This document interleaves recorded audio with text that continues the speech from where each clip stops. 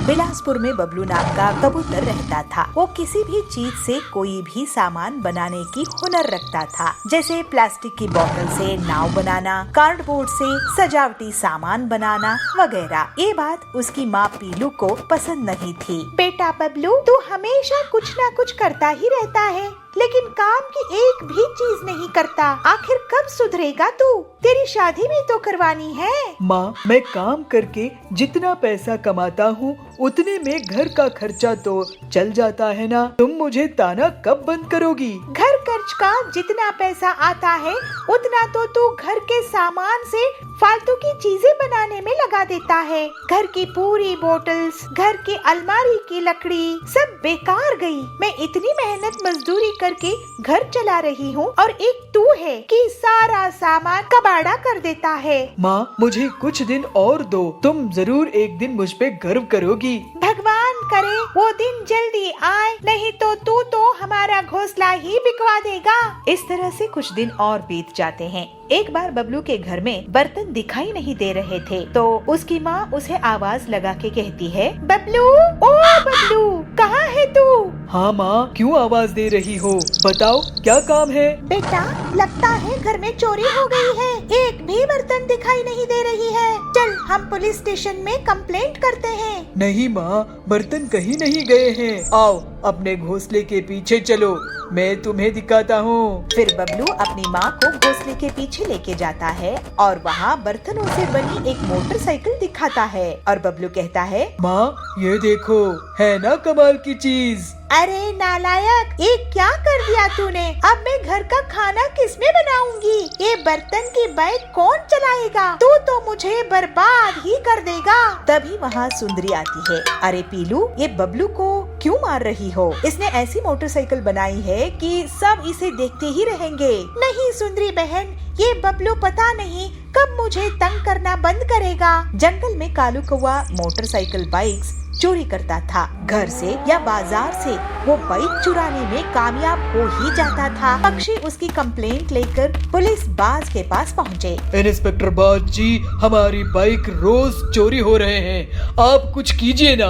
औजार तो मेरे 5 साल में बेटे की बाइक भी चुरा के ले गया। मैं तो लुट गया इंस्पेक्टर भाईजान। लगता है ये काम कालू कौवे का है। एक बार हाथ लग जाए तो मैं उसे बड़ी जेल में डलवा दूंगा। लेकिन उसके लिए आपको कितना टाइम लगेगा इंस्पेक्टर साहब? इतने दिनों में तो वो सारे जंगल की बाइक्स चुरा लेगा और किसी के पास मोटरसाइकिल बाइक्स नहीं बचेंगे। बंटी जी, कालू को जो कोई भी पकड़वाने में पुलिस की मदद करेगा, मैं उसे सरकार से 50,000 का इनाम दिलवाऊंगा। इस तरह से सभी वहाँ से चले जाते हैं। कालू ये सब दूर बैठकर सुन रहा था। ऐसा क्या, मुझ पर इनाम? अब मजा चखाऊंगा इन पुलिस वालों को। मैं इनकी ही बाइक चुरा के भाग जाऊंगा और इन्हें पता भी नहीं चलेगा।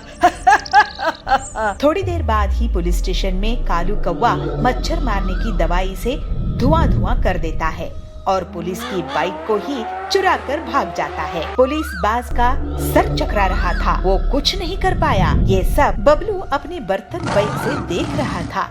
फिर वो तुरंत ही कालू कौवे का अपनी बर्तन बाइक से पीछा करने लगता है और जल्दी ही बबलू कालू की बाइक के पास पहुंच जाता है और उसे जोर से एक लात लगाता है। कालू की बाइक डगमगा जाती है और कालू जोर से गिर जाता है। बबलू अपनी बर्तन बाइक से कालू को पकड़ने में कामयाब होता है और फिर उसे पुलिस स्टेशन लेके आता है। अरे ये क्या, ये कौन सी नायाब बाइक है जिससे तूने मुझे पकड़ा है? ये मेरी स्पेशल बर्तन बाइक है। ऐसी बाइक तो मैंने पहले कभी नहीं देखा। और अब तुम ऐसी बाइक को क्या, कैसी भी बाइक को नहीं देख पाओगे, क्योंकि अब तुम जेल में पड़े रहोगे। फिर अगले दिन पूरे जंगल के सामने बबलू को पुलिस के द्वारा पूरे 50,000 का इनाम दिया जाता है।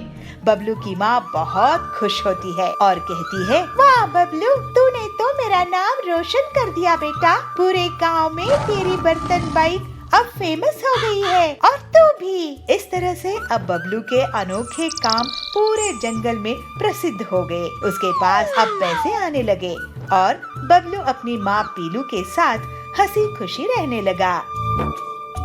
थोड़ी देर में निधि जन्मदिन का केक काटती है। सभी वह केक खाते हैं। चिंटू खरगोश भी वह केक खाता है। पार्टी खत्म होने के बाद निधि बंदरिया सभी को चॉकलेट देती है। निधि बंदरिया का जन्मदिन आने वाला है और निधि बंदरिया के पापा रॉकी भालू काम से आ गए हैं। निधि की माँ शारदा लोमड़ी रसोई में खाना बना रही है। आज निधि बहुत ज्यादा खुश है। उसकी खुशी का कोई ठिकाना नहीं है। बेटी निधि, कल तुम्हारा जन्मदिन है, तो बताओ बेटा तुम क्या खाना चाहती हो? तुम्हारे जन्मदिन पर मैं सारा तुम्हारा मनपसंद का खाना बनाना चाहती हूँ। मम्मी, आपका जो भी मन हो आप अपनी मर्जी से बना लो, मैं तो कुछ भी खा लूंगी। मम्मी, आपने मेरे जन्मदिन के लिए इतनी बड़ी पार्टी प्लान की, मेरे लिए यही काफी है। मम्मी, बस आप मुझे आपसे कुछ नहीं चाहिए। देखा ना शारदा, हमारी बच्ची अब बड़ी हो गई है, हमारी कितनी फिक्र करती है। अच्छा निधि बेटा, बताओ तुम्हें अपने इस जन्मदिन पर क्या गिफ्ट चाहिए? हम तुम्हें वही ला कर देंगे। पापा मम्मी, आप मुझे खुशी खुशी जो भी देंगे मुझे वो बहुत अच्छा लगेगा। आप मेरे गिफ्ट के लिए इतना परेशान मत होइए। मैं तो बस चाहती हूँ कि आप मेरे जन्मदिन पर आकर बहुत मस्ती करें। और हाँ पापा, मैं चाहती हूँ कि हमारे घर में जो मोना आंटी काम करती हैं, कल वह भी मेरे जन्मदिन पर शामिल हो और वह भी मेरे जन्मदिन पर बहुत मजे करे। ठीक है निधि, जैसे तुम चाहती हो वैसा ही होगा। मैं अभी तुम्हारी मम्मी से कहता हूँ,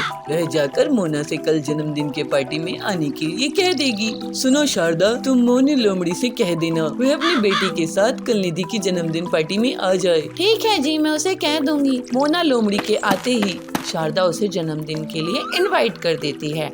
मोना लोमड़ी खुशी खुशी अपने घर जाकर अपने बेटे चिंटू खरगोश से कहती है, अरे चिंटू बेटा, कल निधि का जन्मदिन है और कल तुम्हें मेरे साथ जाना है। उन्होंने अपनी पार्टी में हमें बुलाया है। अगले दिन चिंटू निधि की पार्टी में जाता है। थोड़ी देर में निधि जन्मदिन का केक काटती है। सभी वह केक खाते हैं। चिंटू खरगोश भी वह केक खाता है। यह केक तो बहुत टेस्टी है, पूरा चॉकलेट से बना है। ऐसा केक तो मैंने पहले कभी नहीं खाया। पार्टी खत्म होने के बाद निधि बंदरिया सभी को चॉकलेट देती है। मेरा तो पेट केक से ही भर गया है, अब ये चॉकलेट मैं कल खाऊंगा, इसे यहीं रख देता हूँ। ऐसा कहकर वह उसे कहीं पर रख देता है। अगले दिन स्कूल से लौटकर उसे याद आता है कि वह चॉकलेट उसने अभी तक खाई नहीं, तो वह उसे उठाकर खाने लगता है। वह बहुत ज्यादा अच्छी लगती है। अरे वाह, ये चॉकलेट तो केक से भी ज्यादा अच्छी है। क्यों ना इसे मैं धीरे धीरे करके खाऊं?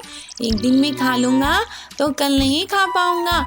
हाँ, मैं आधी कल खाऊंगा और आधी उसके अगले दिन वह स्कूल से लौटते हुए देखता है कि एक आम के पेड़ पर बहुत सारे आम लगे हुए थे, तो वह भी मन ही मन सोचने लगता है, क्यों ना मैं भी इस आम की पेड़ की तरह अपनी एक चॉकलेट का पेड़ लगाऊं। मैं अभी बाकी बची हुई चॉकलेट अपने घर के आंगन में बो देता हूँ और उसे पानी दे दूंगा। कुछ ही दिन में पेड़ आ जाएगा और मैं बहुत सारी चॉकलेट खाऊंगा और रोज खाऊंगा।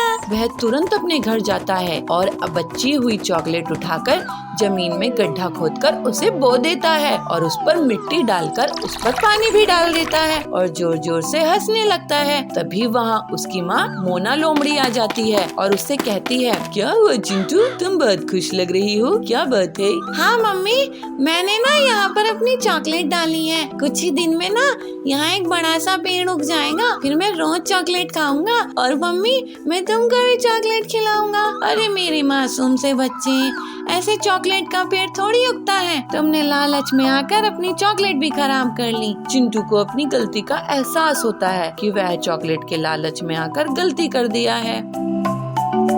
भागलपुर नाम के एक छोटे से गांव के जंगल में पीलू एक छोटी सी पिज्जा बनाने की दुकान चलाती थी।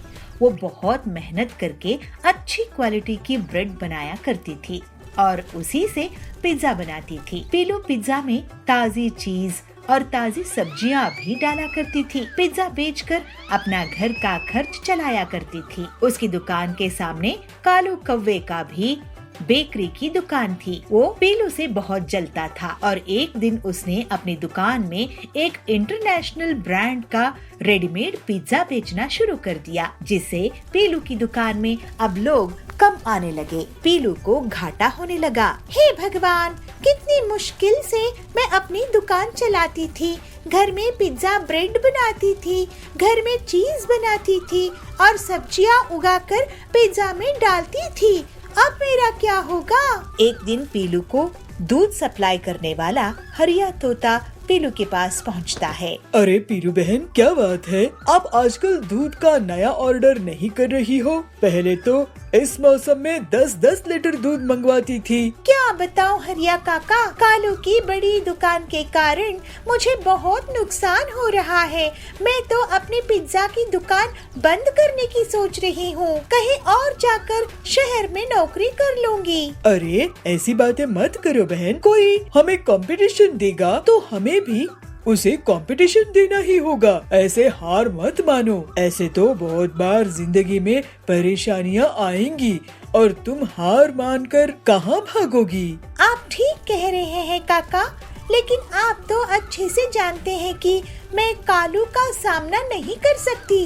जल्दी ही मेरा इतना नुकसान हो जाएगा कि मुझे उधार लेना पड़ जाएगा और मैं पूरी तरह से बर्बाद हो जाऊंगी। तुम इतना मत सोचो पीलू, मैं तुम्हारे लिए एक रास्ता निकालता हूँ। मैंने सुना है कि यूरोप से एक नया चिकन आया है, पिंकी चिकन। पिंकी चिकन से बनी हुई चीजें दिखने में पूरी तरह से पिंक होती है और उसमें जरूरी विटामिन मिनरल्स भी होते हैं। अगर तुम उसका पिज्जा बनाओ तो मैं तुम्हें कम दाम में वो ला दूंगा और तुम उससे मुनाफा कमाना। पीलू तैयार हो गई और फिर हरिया उसको पिंकी चिकन लाकर देता है। यूरोप से आई पिंकी चिकन से पीलू शाम में पिज्जा टॉपिंग बनाती है। पीलू उसको हरिया को खिलाकर उससे पूछती है, हरिया काका ये पिंक पिज्जा है, तुम जरा इन्हें टेस्ट करके तो बताओ कि ये कैसे बने हैं। वाह बहन, ये तो लाजवाब पिंक पिज्जा है, मैंने तो ऐसे कभी नहीं खाया। और फिर पीलू अपनी दुकान में पिंक पिज्जा बेचने लगी। उनकी दुकान में लोगों की भीड़ इकट्ठा हो गई। इसके बाद आए दिन उसको हरिया पिंक चिकन सप्लाई करने लगा। पीलू अपने पिंक पिज्जा को बहुत कम दाम में बेचती थी। इसी वजह से कालू कव्वे की इंटरनेशनल ब्रांड की बेकरी अब ठप पड़ने लगी। पीलू के पिंक पिज्जा को अब बड़े बड़े ऑर्डर्स मिलने लगे और जल्दी ही वो बहुत अमीर हो गई। लोग उसके पिज्जास को बड़ी बड़ी शादी और पार्टी में ऑर्डर कर रहे थे। एक दिन फॉर्ड चैनल वाले उसकी दुकान में वीडियो शूट करने के लिए आते हैं। इसे पीलू और भी प्रसिद्ध होने लगी। फिर पीलू अपना जीवन हंसी खुशी बिताने लगी। भोजपुर गांव के जंगल में पीलू एक साधु के पास जाती है। साधु महाराज जी, मुझे कोई तरीका बताइए जिससे मैं लोगों के मन की बात जान सकूं। लोगों की मन की बात जानना बहुत कठिन होता है बेटी, लेकिन तुम्हें मैं एक सैनिटाइजर देता हूँ। तुम इससे जिस पर भी छिड़काओगी वो सच बोल पड़ेगा। अभी टीचर्स डे आने वाला है, मैं इससे बच्चों के मन की बात जान सकूंगी और उन्हें एक बेहतर स्टूडेंट बना दूंगी। ठीक है बेटी। अगले दिन फिर पीलू स्कूल जाती है और क्लासरूम में आती है। बंटी, तुमने होमवर्क क्यों नहीं किया है? ओ ना मैडम जी, टीचर्स डे की तैयारी कर रहा था तो टाइम कैसे निकला पता ही नहीं चला। पीलू उस पर साधु का दिया हुआ सैनिटाइजर छिड़का देती है और वो सच बोलने लगता है। मैडम जी, मैं सो रहा था, मोबाइल में गेम खेल रहा था, होमवर्क करने का मन नहीं था और टीचर्स डे कब है मुझे पता ही नहीं। अब बोले ना असली बात। बंटी को पनिशमेंट मिलती है। कालू ये सब देखकर सोचता है, मैं ये सैनिटाइजर चुरा लूंगा। कालू पीलू के बैग से चुपचाप सैनिटाइजर चुरा लेता है। फिर वो मजे लेने लगता है। वाह भाई साहब, आपके बेटे को तो बहुत अच्छी नौकरी लगी है। कालू उस पर सैनिटाइजर छिड़का देता है। मेरा बेटा आपके बेटे से ज्यादा टैलेंटेड है। आपका बेटा रिश्वत देकर नौकरी में लगा है। अरे क्या बकवास कर रही है? और कालू हंसता है। शाम में कालू पीलू और उसके पति जाबाज के घर के पास जाते हैं। क्यों जाबाज जी, आज भी आप घर लेट आए हो? कहाँ थे? वाह, एक दोस्त से मिलने अस्पताल गया था। कालू उस पर सैनिटाइजर छिड़का देता है। अरे मैं कोई अस्पताल नहीं गया था। तुम टीचर हो ना, तो तुम्हारी डांट से डर लगता है तो थोड़ा झूठ बोल दिया। मैं तो बार में गया था। हाँ, अभी मजा चखाती हूँ तुमको। जाबाज की झाड़ू से पिटाई हो जाती है। ये देखकर कालू बहुत ही खुश होता है। तभी पीलू उससे सैनिटाइजर छीन लेती है और कालू को डांट लगती है। कालू, ये तुम स्टूडेंट्स के भले के लिए था, तुम्हारी मस्ती के लिए नहीं। अब तुम टीचर्स डे में 5 ऐसे लिख कर लाओगे। अगर कोई बहाना बनाए तो याद रखना, मेरे पास ये सच उगलने वाला सैनिटाइजर है। जी जी मैडम। ये सुनकर कालू वहाँ से भाग गया। अरे पीलू, ये साधु का दिया सैनिटाइजर इतना असरदार है, ये तुम इससे कड़क की मदद क्यों नहीं करती? सुना है वो एक बहुत बड़े चोर को पकड़कर लाया है, लेकिन वो पैसा कहाँ छुपाया है ये नहीं बता रहा है। मेरा भाई इंस्पेक्टर कड़क की भी मैं इसी सैनिटाइजर से मदद करती हूँ। फिर पीलू कड़क के पास पुलिस स्टेशन जाती है। कड़क भाई, ये सैनिटाइजर लो और इस चोर पर छिड़का दो। पीलू के कहने पर कड़क वैसा ही करता है और चोर पूरा सच उगल देता है। फिर सभी बच्चे पीलू को टीचर्स डे पर बहुत सम्मान देते हैं। कालू उस पर 5 ऐसे पूरी ईमानदारी से लिख कर लाता है। इस तरह से पीलू एक अच्छी टीचर होकर सभी स्टूडेंट्स का जीवन सुधारने में कामयाब होती है।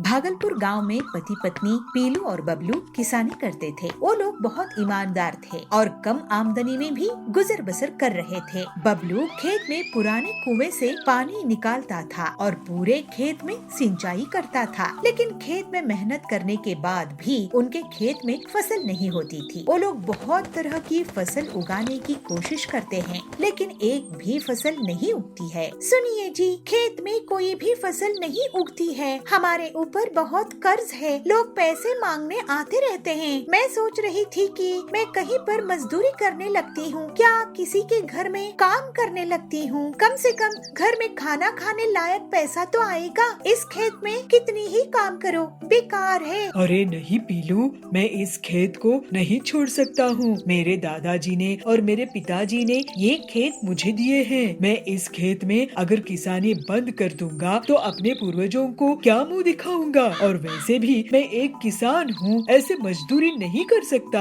लेकिन हम कब तक ऐसे ही रहेंगे? देखो, तुम्हारा कहना सही है कि घर के लिए कमाई होनी चाहिए, तो तुम कहीं पर काम कर लो। मैं इस खेत में फसल बोता रहूंगा, क्योंकि ये मेरे लिए माँ जैसी है। अगर इसे ऐसे ही खाली छोड़ दिया तो यहाँ लोग शराब पीने लगेंगे और यहाँ गंदगी फैलाई जाएगी। ठीक है जी। फिर पीलू लोगों के घर काम करने लगी और बंटी खेती जारी रखता है और बहुत दिनों तक वो ऐसे ही धूप में मेहनत करता था। एक दिन उसे अचानक चक्कर आ जाता है और वो बेहोश हो जाता है। तो पीलू उसको डॉक्टर के पास ले जाती है। डॉक्टर साहब, देखिए इन्हें क्या हुआ है। सुनो बबलू भाई, आप अब बहुत कमजोर हो गए हो धूप में काम कर करके। कुछ महीने आराम करो। लेकिन अभी तो बीज बोने हैं, मैं आराम नहीं कर सकता।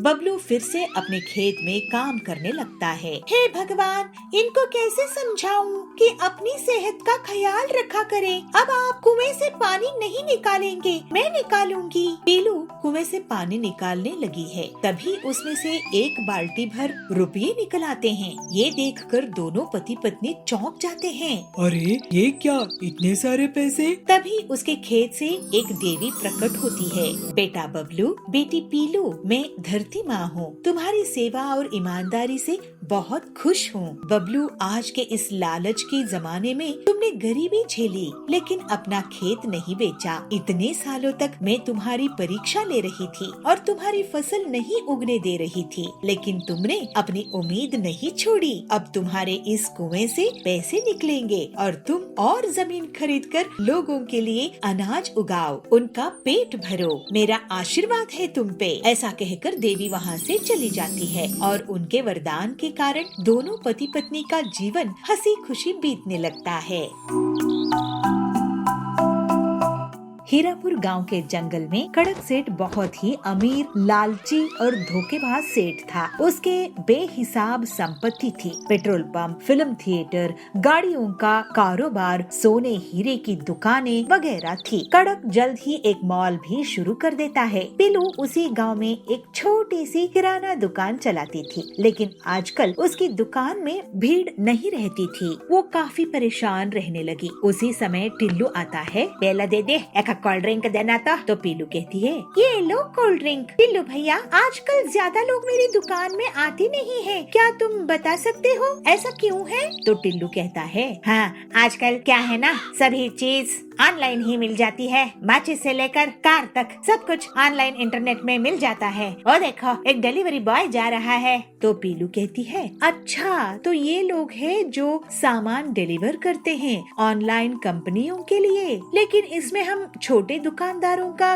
क्या फायदा है? तो टिल्लू कहता है, तुम ऐसा करो कि किसी मेन मार्केट जगह में अपनी दुकान लगा लो। बड़ी दुकानों में भीड़ रहेगी, कुछ लोग तुम्हारे यहाँ भी आ जाएंगे। इसके बाद पीलू घर आके अपने पति बंटी को सब कुछ बताती है। तो बंटी कहता है, कड़क सेठ का मॉल इस जंगल में बहुत चलता है, क्यों ना तुम उसी के बगल में दुकान खोल लो, पैसों का इंतजाम मैं कर दूंगा। लेकिन कड़क सेठ बहुत चालाक था। जैसे ही उसे पता चला कि पीलू उसके मॉल के बगल में दुकान खोलना चाहती है, तो वो उसे एक सौदा कर लेता है। देखो बंटी, पीलू मेरे मॉल के सामने तुम्हारी दुकान की कोई औकात नहीं रहेगी। तुम एक दुकान मुझसे खरीद लो, 5 लाख रुपए में, उसी में तुम्हारी भलाई है। तो बंटी कहता है, अगर आप हमें 5 लाख में दुकान देंगे तो हम ले लेंगे कड़क सेठ। तो पीलू कहती है, ठीक है, हम ऐसा ही करते हैं। लेकिन बहुत दिन गुजर जाने के बाद भी उनकी दुकान उन्हें कड़क सेठ नहीं देता है। दोनों पति पत्नी उसके पास जाते हैं। कड़क सेठ, आप हमें हमारा पैसा वापस दे दीजिए, हमें आपसे दुकान नहीं खरीदनी है। तो कड़क कहता है,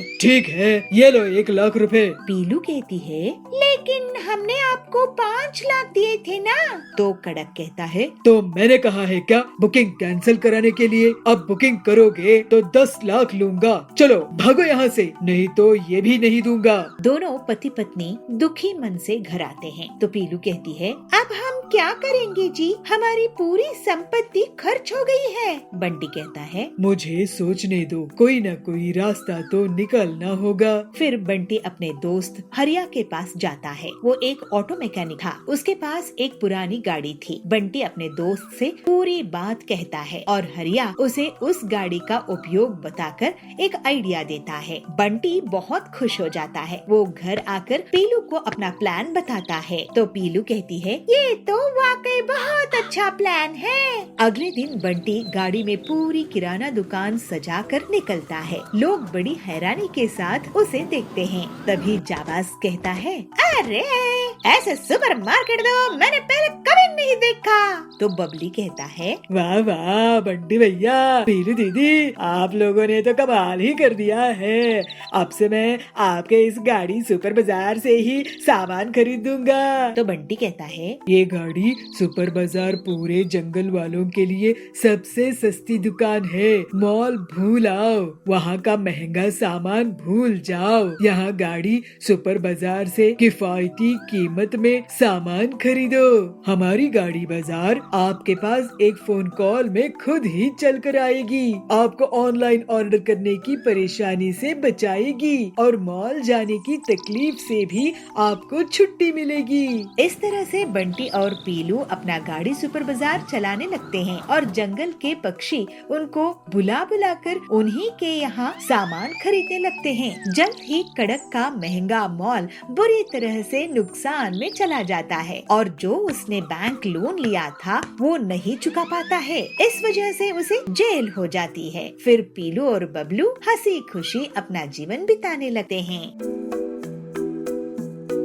एक गांव के एक जंगल में पीलू और बंटी नाम के पति पत्नी रहते थे। उनका एक बेटा था टिल्लू। दोनों पति पत्नी हर छोटी छोटी बात में झगड़ा करते थे। उन दोनों के झगड़े में टिल्लू बहुत परेशान होता था। एक दिन बबलू अपने बेटे को बर्गर लाके देता है। तभी वहाँ पीलू आ जाती है। सुनो जी, ये क्या बेकार की चीज खिला रहे हो मेरे बेटे को? मैं तो इसके लिए ताजी सब्जियों वाला नूडल्स बना रही हूँ, लेकिन आप जानबूझकर इसे ये बर्गर दे रहे हो जिससे ये मेरा हाथों का नूडल्स नहीं खा सके। टिल्लू, तू ये फालतू का बर्गर कचरे में फेंक दे। मैं ये बर्गर अपने बेटे के लिए सबसे महंगे फास्ट फूड रेस्टोरेंट से लाया हूँ, और तुम होती कौन हो मेरे बेटे को भड़काने वाली? बेटा, तुम्हारी माँ की मैगी को तुम गड्ढे में फेंक दो। ये सुनकर पीलू बहुत गुस्सा हो जाती है और एक बार फिर से दोनों पति पत्नी झगड़ा करने लगते हैं। मम्मी, पापा, मैं बर्गर और नूडल्स दोनों खा लूंगा, आप लोग झगड़ा करना बंद कीजिए। इसके बाद टिल्लू बर्गर में नूडल्स डालकर खाने लगता है। एक दिन बंटी पीलू के लिए हलवा लेकर आता है। पीलू, ये देखो, मैं तुम्हारे लिए तुम्हारा फेवरेट हलवा लाया हूँ। वाह जी, मैं भी आपके लिए आपकी फेवरेट चाय बना रही हूँ। अरे वाह मम्मी पापा, आप दोनों कितने प्यार से बातें कर रहे हैं। आज टीवी में न्यूज आई थी कि लोगों को कंपनी से निकाल रहे हैं। क्या आपको भी नौकरी से निकाल दिए हैं क्या? हाँ, मुझे निकाल दिए हैं। अब घर का खर्च तुम थोड़े दिनों के लिए चलाना पीलू। अरे, लेकिन EMI कैसे भरेंगे? हम तो बर्बाद हो जाएंगे। मम्मी पापा, मेरे पास एक आइडिया है। आप दोनों मुझे नूडल्स और बर्गर खिलाने के लिए झगड़ा करते थे ना, और मैं दोनों को मिलाकर खा जाता था। नूडल बर्गर खाना मुझे बहुत पसंद है, और सभी को नूडल और बर्गर पसंद आते हैं ना। क्यों ना आप मिलकर इसी को बेचने का काम शुरू कर दो। हाँ, ये अच्छा आइडिया है। हाँ, सभी बच्चों को नूडल और बर्गर बहुत पसंद होते हैं। ऐसे कॉम्बिनेशन पूरे जंगल में कहीं नहीं है। हमारी दुकान खूब चल निकलेगी। और जल्द ही दोनों पति पत्नी नूडल बर्गर की दुकान शुरू कर देते हैं। पीलू वेज नूडल्स, एग नूडल्स और चिकन नूडल्स बनाया करती थी, और बंटी बर्गर बनाया करता था, और वो कस्टमर्स को सर्व करने लगे। इस तरह से दोनों की दुकान बहुत अच्छे से चल निकली। पीलू और बंटी का झगड़ा अब बंद हो चुका था। दोनों में प्यार बढ़ने लगा था, और वो लोग बहुत पैसे कमाने लगे थे। बेटा टिल्लू, ये तुम्हारी ही आइडिया का कमाल है जो नूडल बर्गर लोगों को पसंद आ रहे हैं। हम खुद नौकरी करते थे, लेकिन अब हम लोगों को नौकरी दे रहे हैं। मेरे लिए तो आप दोनों का प्यार से साथ रहना ही सबसे अच्छी बात है। मम्मी पापा, आप हमेशा से ऐसे ही रहना। फिर पीलू और बबलू कभी भी झगड़ा नहीं किए, और सब खुशी खुशी साथ रहने लगे। नैनपुर गांव के जंगल में पीलू की एक छोटी सी बेकरी की दुकान थी। उसके हाथ के जाम, पिज्जा, बर्गर लोगों को बहुत पसंद आते थे, और उसके यहाँ हमेशा भीड़ लगी रहती थी। पीलू की बहुत तारीफ होती थी। वहीं पर उसकी दुकान के सामने जाबाज की भी बेकरी थी। वो पीलू से बहुत जलता था। एक दिन वो नया साल शुरू होने के पहले अपनी दुकान में केमिकल से बने अलग अलग फ्लेवर्स के बड़े बड़े पिज्जा, बर्गर बेचना शुरू कर देता है। बड़ा साइज होने की वजह से लोग वहीं जाते थे, लेकिन उसका स्वाद उन्हें अच्छा नहीं लगता था।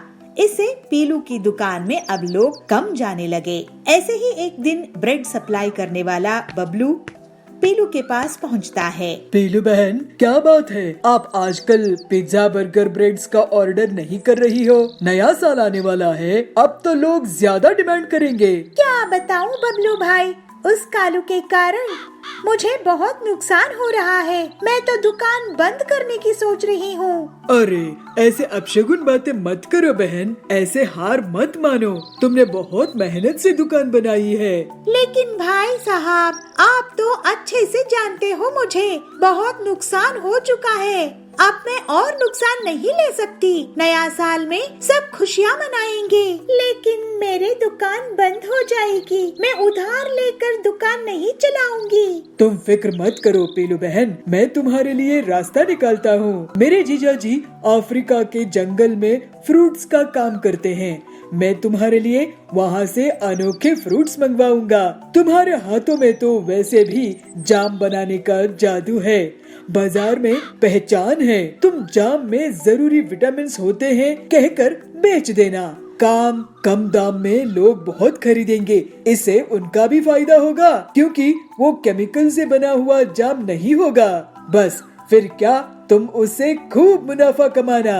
वाह बबलू, नए साल में नया काम, नया जाम, मजा आएगा। अगर अफ्रीका से फल आए तो। पीलू तैयार हो गई और फिर बबलू उसको अफ्रीका के इंपोर्टेड फल लाकर देता है, जिसे पीलू शाम में कम पिज्जा बर्गर बनाती है और उसे अपनी सहेली की बेटे टिल्लू को टेस्ट कराती है।